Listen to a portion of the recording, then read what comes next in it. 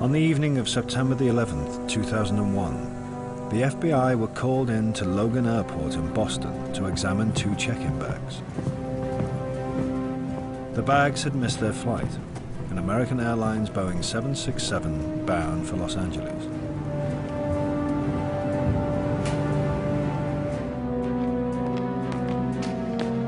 The owner of the luggage was Mohammed Atta, a ringleader in that day's terrible events.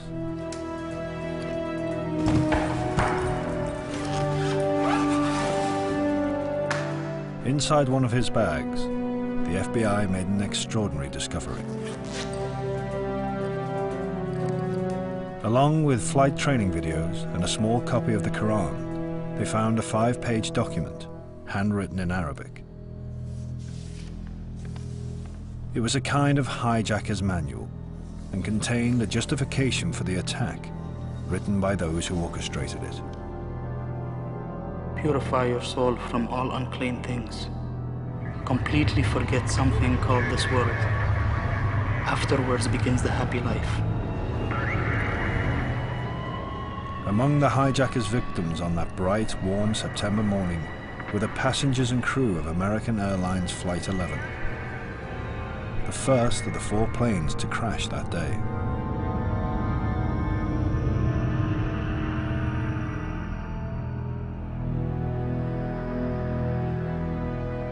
This film is the most detailed reconstruction yet of the last hour of Flight 11, from 7:46 a.m. when Atta boarded the plane to 8:46 when the Boeing 767 struck the North Tower of the World Trade Center in New York. A startling new picture emerges of precisely how the crew relayed valuable information about their attackers to the outside world.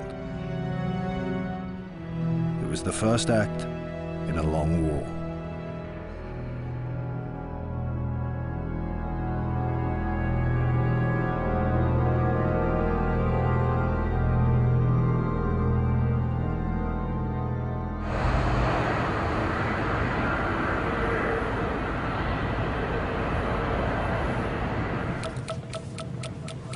With just a few passengers still to board, Flight 11 is 13 minutes away from takeoff.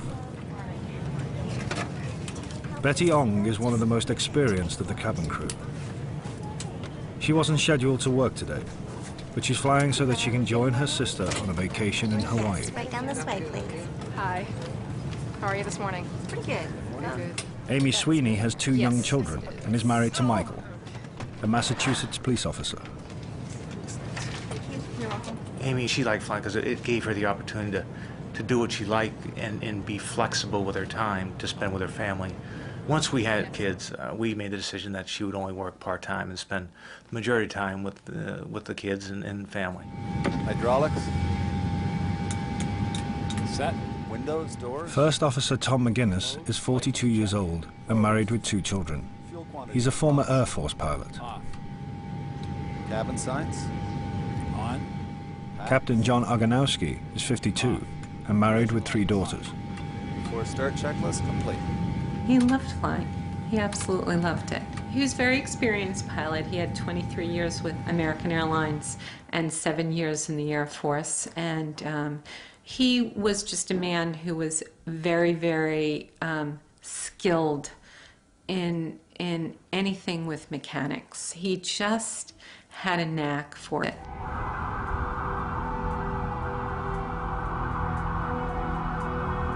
I'll call you when I know something. I love you. This morning, 25-year-old Patricia Massari and her husband Lewis have just discovered that they may be expecting their first child. She commutes from their small apartment in Queens to her office at an insurance company based on the 98th floor of the World Trade Center. Lewis had wanted Patricia to take the day off, but she's determined to go into the office. Although I didn't really want her to go to work, I kind of wanted her to stay home so we can kind of like tell the news to everybody or, you know, confirm it totally, you know, to a doctor, whatever we had to do. This morning she particularly left early because she knew that she had things that she was behind it at work. To keep her mind, you know, calmer throughout the day, that's what she wanted to do, get to work a little earlier. On her way to work, Patricia collects another pregnancy test, just to be sure. She plans to call Lewis from her office as soon as she gets the result.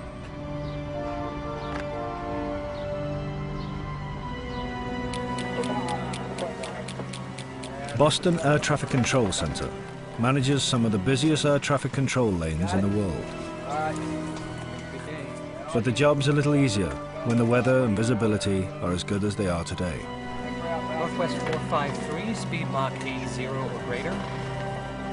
In 12 minutes, Flight 11 will take off into the Boston controller's airspace.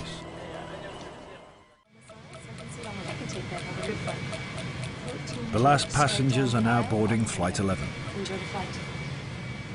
Karen Martin, the flight's purser, and Bobby Arestegui will share duties in the first-class cabin.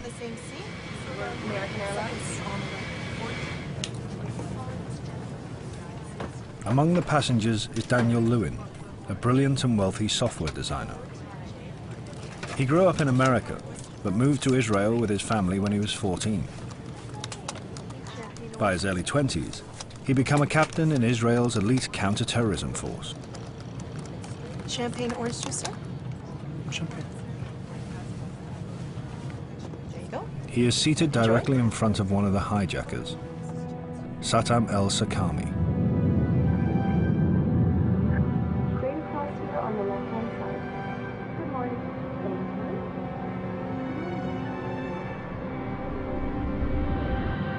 One of the last passengers to board is Mohammed Atta. When you ride the airplane and before you enter it, you make a prayer and supplications.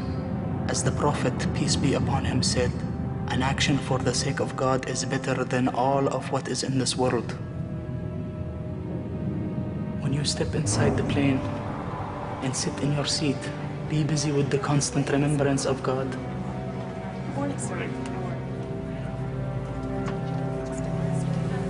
God said, O ye faithful, when you find the enemy, be steadfast and remember God constantly, so that you may be successful.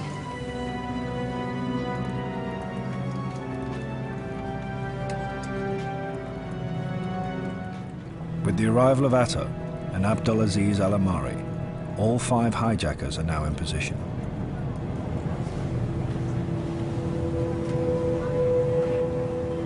In the front passenger row of the aircraft are the brothers Walid and Wael al-Sheri.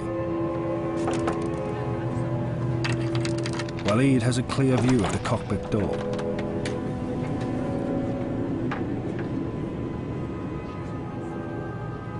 This was a military mission that they were on. They had done their homework, they'd gathered enough intelligence, they had done enough test flights.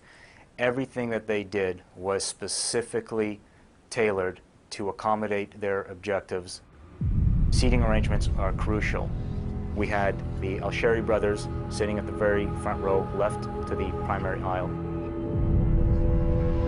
You had Atta and Abdulaziz Al-Amari sitting to the right of the aisle at a peak point. And then you had al-Sakami sitting again to the left of the aisle, further back.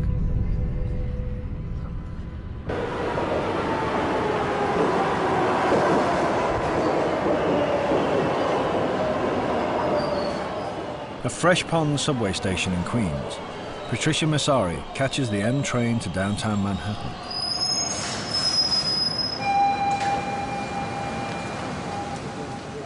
Her journey will take her through the suburban sprawl of Queens and then underground towards New York's financial hub around Wall Street. American 11 cleared to push and start. Tail north. When the aircraft moves, even slightly, say the supplication of travel, because you are traveling to Almighty God. So be attentive on this journey.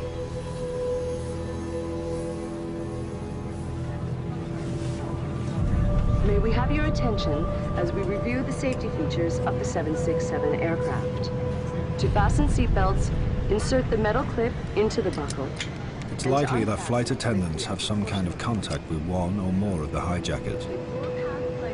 But all 5 would have been trained to blend in, to play by the rules. and do nothing to arouse suspicion. 2 overwing exit. Do not seem confused or show signs of nervous tension. Be happy, optimistic, calm, because you are heading for a deed that God loves and will accept.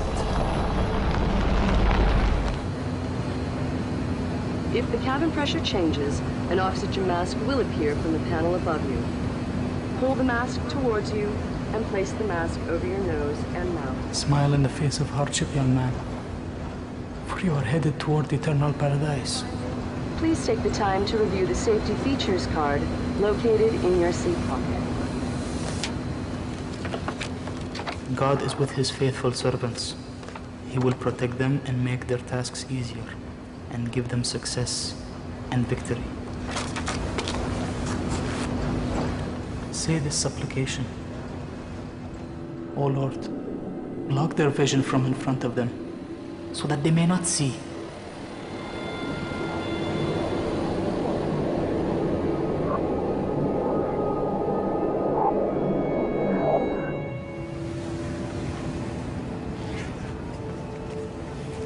While Flight 11 is waiting for clearance to take off, Mohammed Atta makes one last phone call.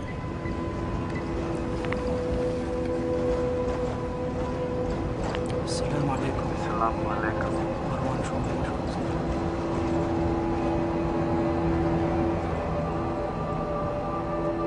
It's not known what he says in a call that lasts just under a minute. But it is known that he calls Marwan al-Shahi, the hijack leader on board United Airlines Flight 175, which is taxiing just a few hundred meters away. United 175 is also bound for Los Angeles, but will crash into the South Tower of the World Trade Center. Atta and al-Shahi became close friends during the planning of the attacks, and may be saying goodbye to one another. But they may also be confirming that the assault on the Twin Towers is on.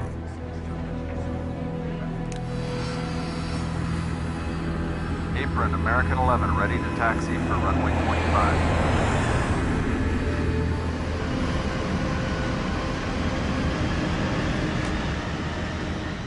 What could drive Atta and the other hijackers to plan and execute such a cold-blooded attack? And what could possibly justify it? The answer to both questions lies not in Islam, but in a set of ancient beliefs practiced by only a tiny sect of radical Muslims. You have a fraction who call themselves Salafists. Now, within Salafism, only a minority say that the way to implement it is by force, by violence. These are the jihadists. Jihadists see themselves as holy warriors, and they view any act of indiscriminate murder as justified, so long as God's name is invoked. If all the passengers on the plane were devout Muslims, it did not matter at all. Muslims do not matter. What matters is their ideology, their conception of what is right. And right in this case is basically what is dictated to them. American 11 Heavy, winds 100 at 10 knots, clear for takeoff, runway 09. Roger, Tower, American 11, cleared for takeoff, runway 09.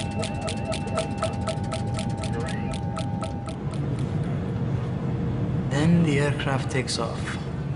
This is the moment that both groups come together. So remember God as He said, O Lord, pour your patience upon us and make our feet steadfast and give us victory over the infidels.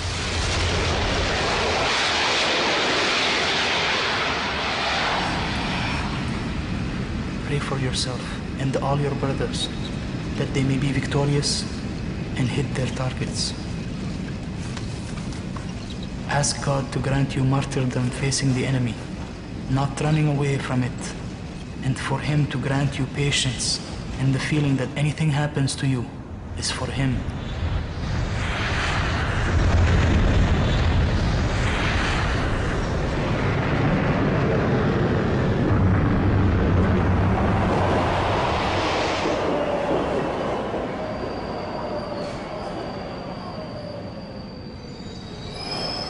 Patricia Messari arrives at Fulton Street subway station in downtown Manhattan. It's a 5-minute walk from here to her office at the World Trade Center. She gets off at Fulton Street and then walks up on the street level and then walks to the building itself and then goes up to the 98th floor. She loved the company, she loved the people she was with. She makes friends with anybody, so it was just like, it was her life, you know.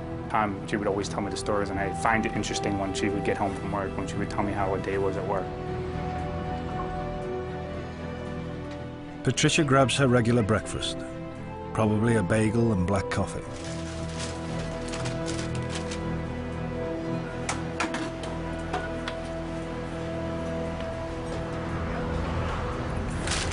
See you tomorrow.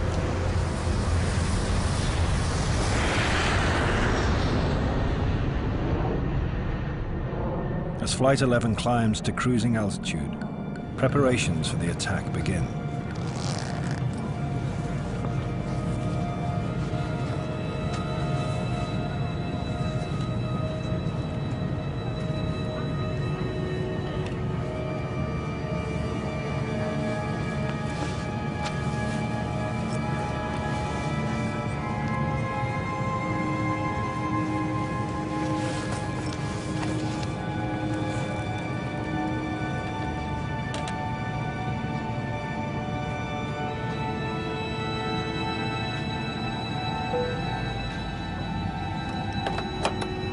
Ladies and gentlemen, the captain has now switched off the seatbelt signs. However, we do advise that when you are not moving The weapons smuggled on board by the terrorists include knives, possibly small domestic tools with retractable blades, known as box cutters.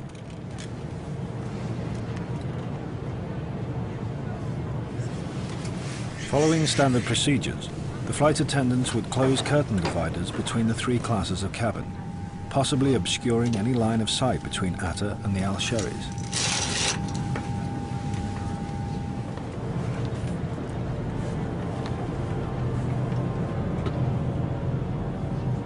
With the attack just minutes away, Atta may be directing the hijackers to get ready, physically and psychologically, to pass beyond the point of no return. Bismillah Rahman Rahim. You must make your knife sharp and must not discomfort your animal during slaughter. Remember the words of Almighty God. You were looking to the battle before you engaged in it. And now you see it with your own 2 eyes. At least one of the terrorists may have other weapons, including something that looks like a bomb. A black box with yellow and red colored wires. Is the bomb real? Or is it a hoax designed to ward off a potential counterattack by the passengers and crew?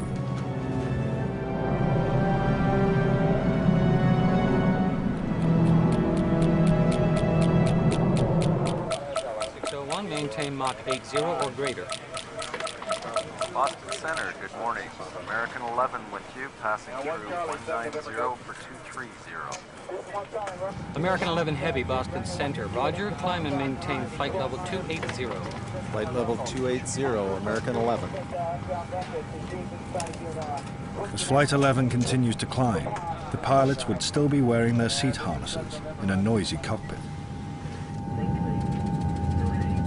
I think people need to understand that sitting in the cockpit, you're sitting forward, you're strapped in, you're low, you're at a complete disadvantage to anyone coming up behind you, especially people coming up behind you extremely determined to do you harm. American 11 Heavy, climb, maintain flight level 290. Flight level 290, American 11. FedEx 3601, contact Boston Center, 125157. 2557. I have one friend. Oh, really? American 11, your traffic is at 2 o'clock, 20 miles southwestbound, MD 8310. American 11, roger.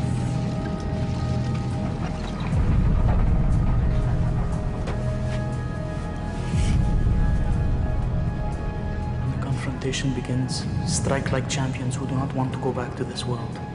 Shout Allahu Akbar, because this strikes fear in the hearts of the non-believers. Allahu Akbar! Allahu Akbar!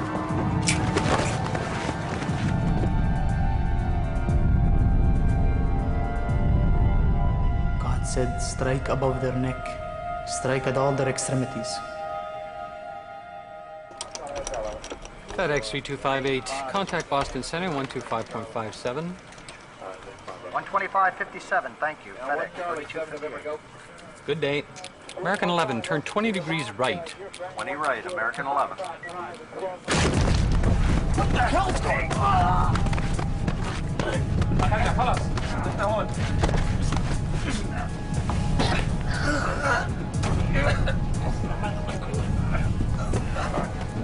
The pilots are either killed instantly or removed from effective control of the plane.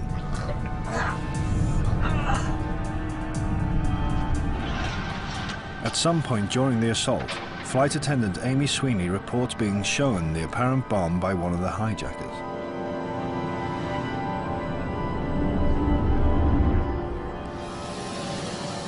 A mace or mustard gas is sprayed into the forward passenger cabins.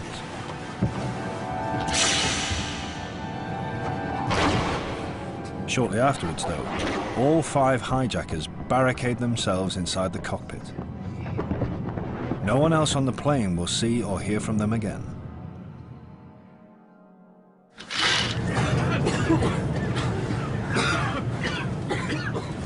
Passengers in first and business class are evacuated back to economy by the flight attendant.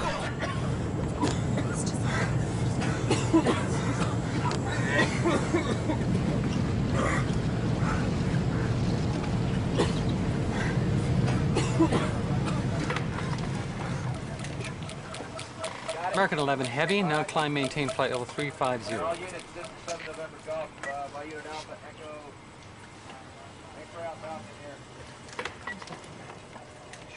American 11, climb maintain flight 350.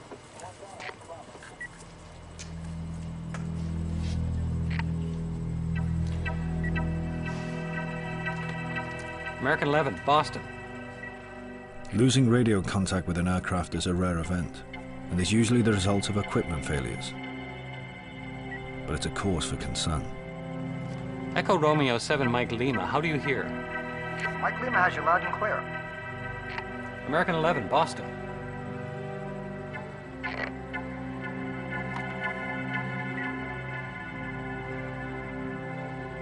Flight 11 now starts to drift, silently, off course.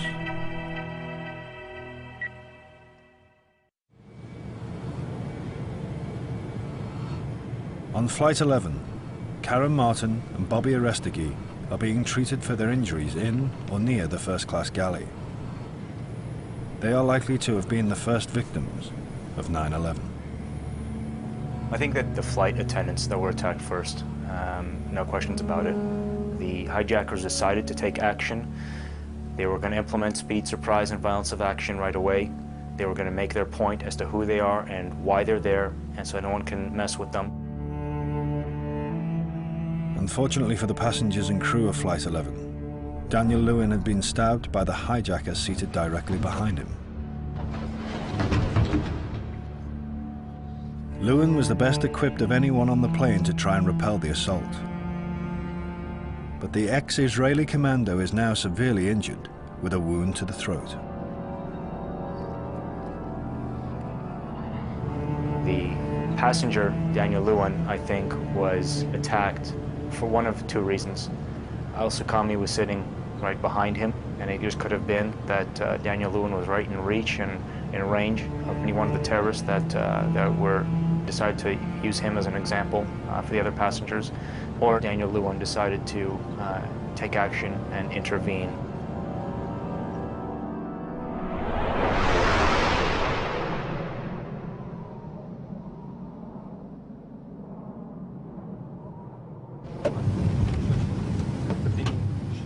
Soon after Boston, air traffic control loses radio contact with Flight 11. Its transponder is switched off.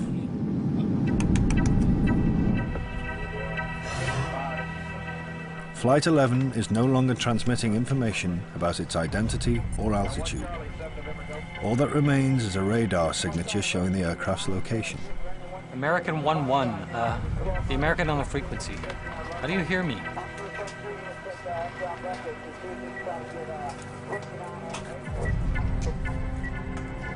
The loss of transponder data is serious, but the controller would know from the radar that the plane still appears to be in flight.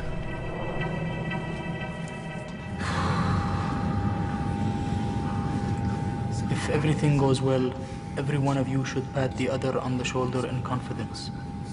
Remind your brothers that this act is for Almighty God, or they should sing songs to boost their morale as the pious first generations did in the throes of battle. Allahu Akbar. Allahu Akbar. Bismillah ar-Rahman ar-Rahim. With the autopilot now switched off, the aircraft is in the complete control of Atta and the other 4 hijackers.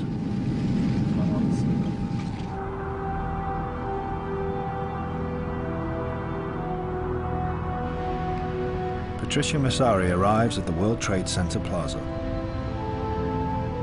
When she reaches her office, high up in the North Tower, she plans to carry out the second pregnancy test.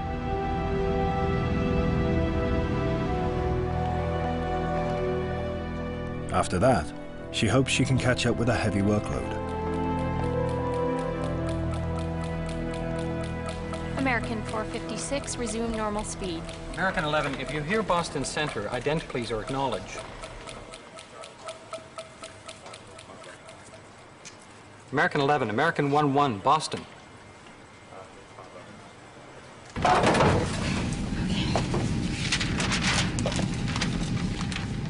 The flight attendants now organize themselves into teams to deal with the emergency on board and to get as much information out to the ground as they possibly can.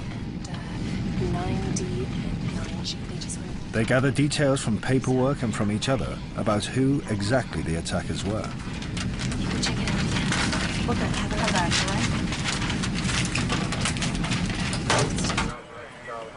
American 11, if you hear Boston Center, recontact Boston Center on 127.82. That's American 12782.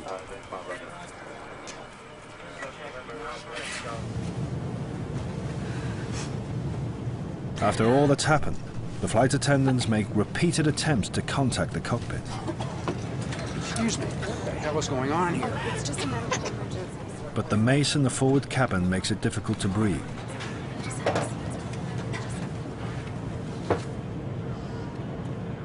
And all intercom calls to the cockpit go unanswered.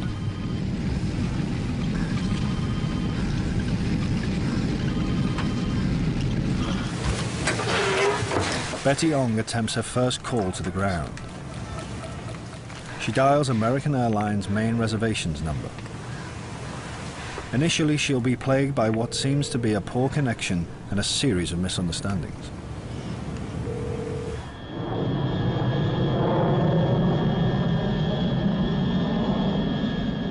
I'm number 3 in the back. The cockpit's not answering.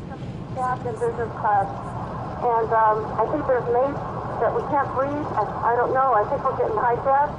The assault was over so quickly that no one is absolutely sure what has happened inside the cockpit. Yes. What seat are you in? Ma'am, what seat are you in?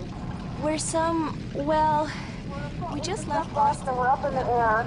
We're supposed to go to LA, and the cockpit's not answering their phone. Okay, but what seat are you sitting in? What's the number of your seat? Okay, I'm in my jump seat right now.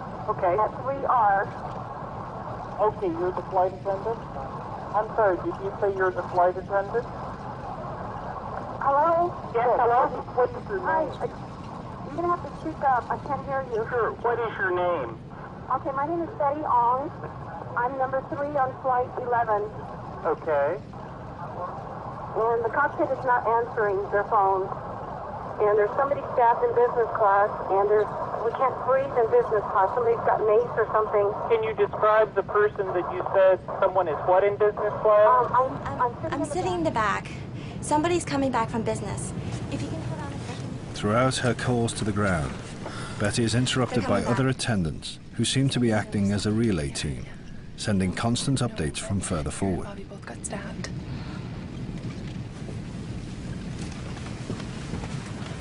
Amy Sweeney makes one more attempt to contact the cockpit.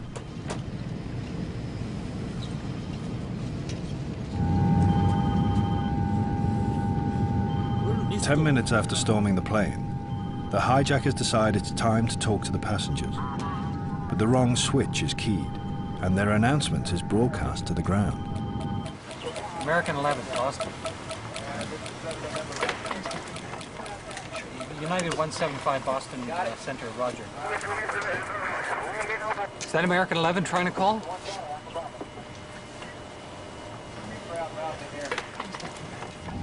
We have some planes. Just stay quiet and if you're okay. You are turning to the airport. Initially, the controllers don't hear the phrase, "We have some planes." And who's trying to call me here?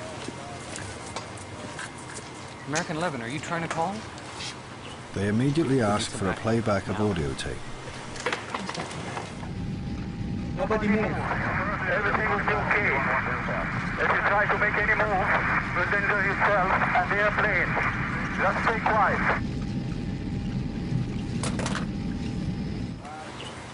We gotta make some calls. I'm on it. Boston controllers notify their chain of command that they believe Flight 11 has been hijacked. There are no reports of anyone on the plane hearing the hijacker's transmission.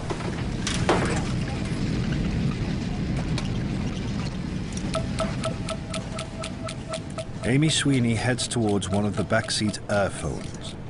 These require credit cards, and it's possible that she borrows a card from a nearby passenger. There is no record of a charge to Amy's or Betty's credit card accounts. Passengers are 10B, 9D, and G.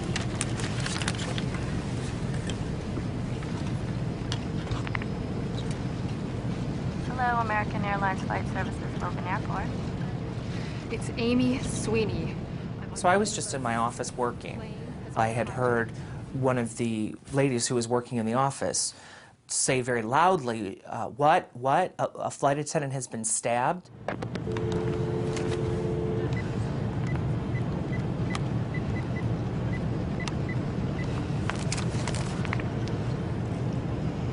Hello, American Airlines Flight Services, Logan.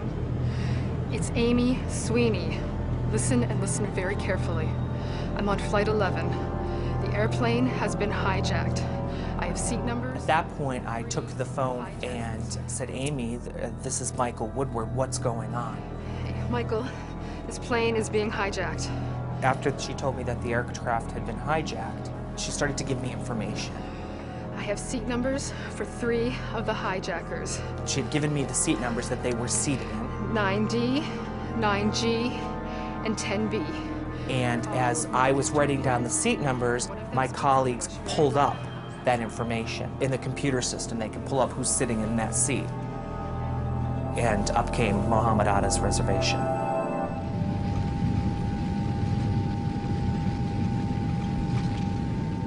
Good weather today. By now, United Airlines Flight 175 is airborne. The 5 hijackers on board have yet to make their move.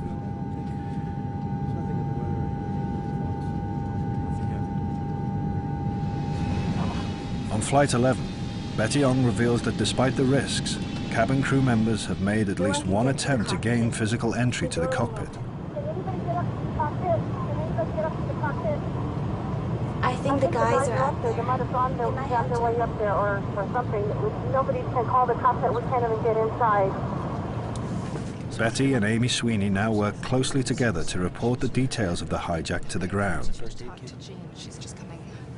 Amy and Betty were trying to relay information, and so as I was talking to her, she would, ask Betty, "Did you see this?" Or, so they were kind of working in tandem to get the information out. It's now clear that while the hijackers are in control of the cockpit, the flight attendants are in full control of the passenger cabins. I think the thing that you might have been most impressed with was their calmness, that they were relaying information as quickly and as thoroughly as possible. I know as a crew member for American Airlines that they were following procedures to ensure a safe landing and the safety of all the passengers on board. It's just a medical emergency, ma'am. Until September the 11th, 2001, cabin crews were trained in the event of a hijacking to maintain calm among the passengers. So everything's going to be just fine. The flight attendants use a cover story that this is all just a medical emergency. It's possible that the passengers evacuated from First and Business who witnessed the attack go along with this in order to prevent the spread of panic. I don't know. Amy Sweeney tells Michael Woodward that the cabin crew's efforts seem to be working. Wait. What she did say, though, was that everybody in the coach cabin was very calm. They had no idea, the folks in coach, that the aircraft was being hijacked by these people. All right. In the background, there wasn't screaming, there wasn't, it was very calm. Calm meaning there wasn't a commotion, there wasn't noise. I mean, he was concerned. Until now, Flight 11 has been drifting on a northwesterly path, but the hijackers now execute a dangerously sharp 100-degree left turn.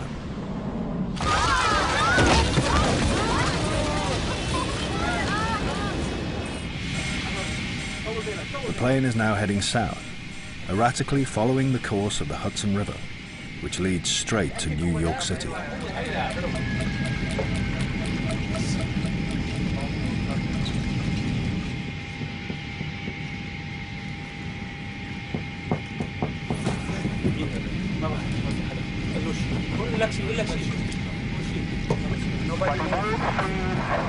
Going back to the airport. Don't try to make any stupid moves. The transmission is picked up not just by air traffic controllers, but by United 175, which will be hijacked in 6 minutes.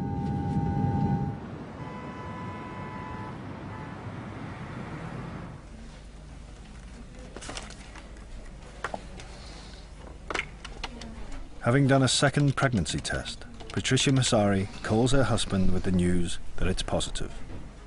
She's excited, Hi. but also a little nervous. Yeah, I did. She always called when I was home on my day off to let me know that she was at work. So, you know, around 8:40, the first words out of her mouth was her usual self, which I kind of felt better about. She was questioning me, what are we going to do about this? Because she wanted to make sure that this is real, because she didn't believe it. It's just overwhelming, you know, to her and overwhelming to me.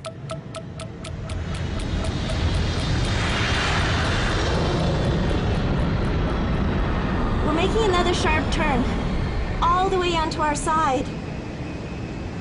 Flight 11 has made another dangerous course change, possibly as a result of the hijackers' inexperience as pilots. Boston air traffic controllers radio United 175 to ask if they see Flight 11. Do you have traffic? Look at your 12 to 1 o'clock at about 10 miles southbound to see if you can see an American 767 out there, please. I see him. Affirmative, we have him. He's at about 29, 28,000. United 175, turn 30 degrees to the right. I want to keep you away from this traffic. Boston controllers now break official protocol and try to make direct calls to the military. Hi, Boston Center, Team U. We have a problem here. We have a hijacked aircraft headed towards New York, and we need you guys we need someone to scramble some F-16s or something up there to help us out. Is this real world or exercise? No, this is not an exercise manifest. It will be another 9 minutes before fighters are scrambled. On this cloudless morning, the Twin Towers will now be clearly in sight. Betty Ong and Amy Sweeney both report to the ground that the aircraft is being thrown around violently.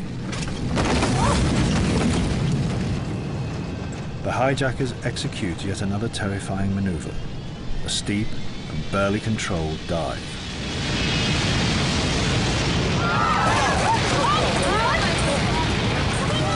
Michael, we're making a rapid descent. She was now starting to get scared. For flight attendants to use those terms, rapid, it means it's quick, it's fast, something's going on. You know, they're used to, you know, tons of turbulence and, you know, bumpy flights and all of that, but she was really, really nervous at this point. United 256, altimeter 2992. Flight 11 has just passed into the airspace of New York traffic controllers. United 175 now reports the mysterious radio transmission it picked up earlier. New York, United 175 heavy. United 175, go ahead. We figured we'd wait to go to your center. We heard a suspicious transmission on our departure out of Boston. Someone keyed the mic and said, everyone stay in your seats. Okay, I'll pass that along. It cut out. Kingston 93 line. United 175 just came on my frequency, and he said he heard a suspicious transmission when they were leaving Boss. Everybody stay in your seats. That's what he heard as a suspicious transmission, just to let you know. This is the last voice transmission from United 175. The controller's attention, however, is firmly fixed on the hijacked Flight 11. Center, where do you place him in relation to 583 now? He's off about 9 o'clock at about 20 miles. Looks like he's heading southbound, but there's no transponder, no nothing, and no one's talking to him.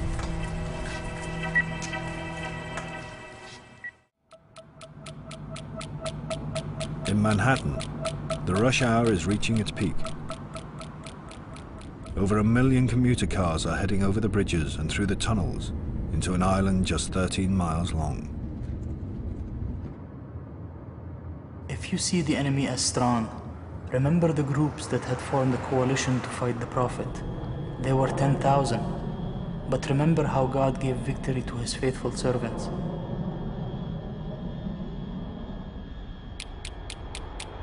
Flight 11 is now heading south over Manhattan itself. The aircraft's airspeed has increased dramatically since the dive. When the 0 hour approaches, wholeheartedly welcome death. For the sake of God, always be remembering God.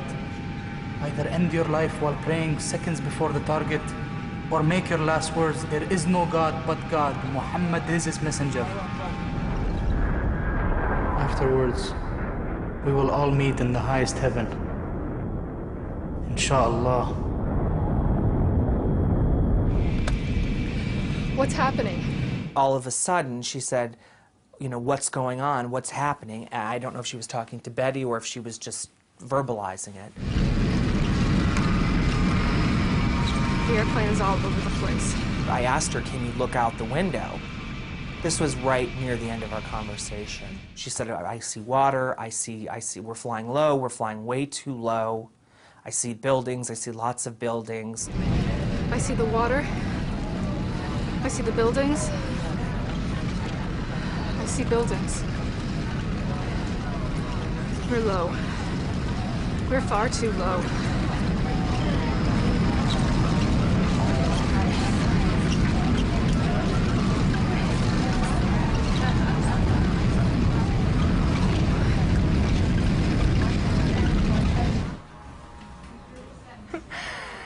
So, what do we do now? I don't know. I guess we'll start to sleep.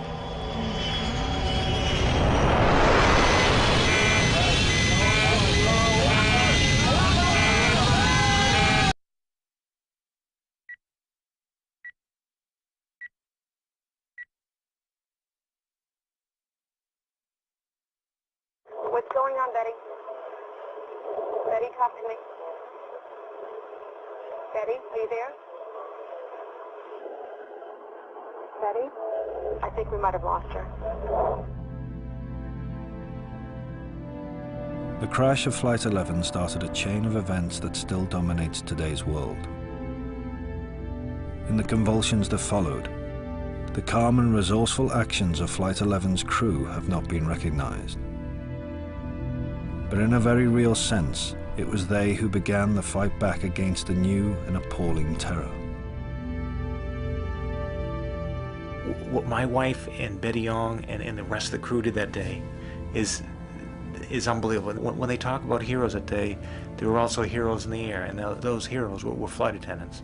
I hope people realize that flight attendants are just not someone that throws a crappy meal in your lap, because it goes well, well beyond that. Dealing with the personal loss, I just don't even know how to describe that. John and I were married for almost 18 years, and we have 3 children, a home, a life together, and all of a sudden your world has just completely changed. You know, we're still lucky enough to be here and enjoy life, and if anything, want to reach out and grab it even more and try to take hold of that piece of it that John's never going to be entitled to have. You know, I don't feel that's fair for my wife, you know, and for all the people that day. You know, you're supposed to die old, you know, and be married. And for me, we were supposed to have a child. And in a heartbeat, things can change. And it did for me personally. And I know one day I will see her again. And that's the only comforting thing.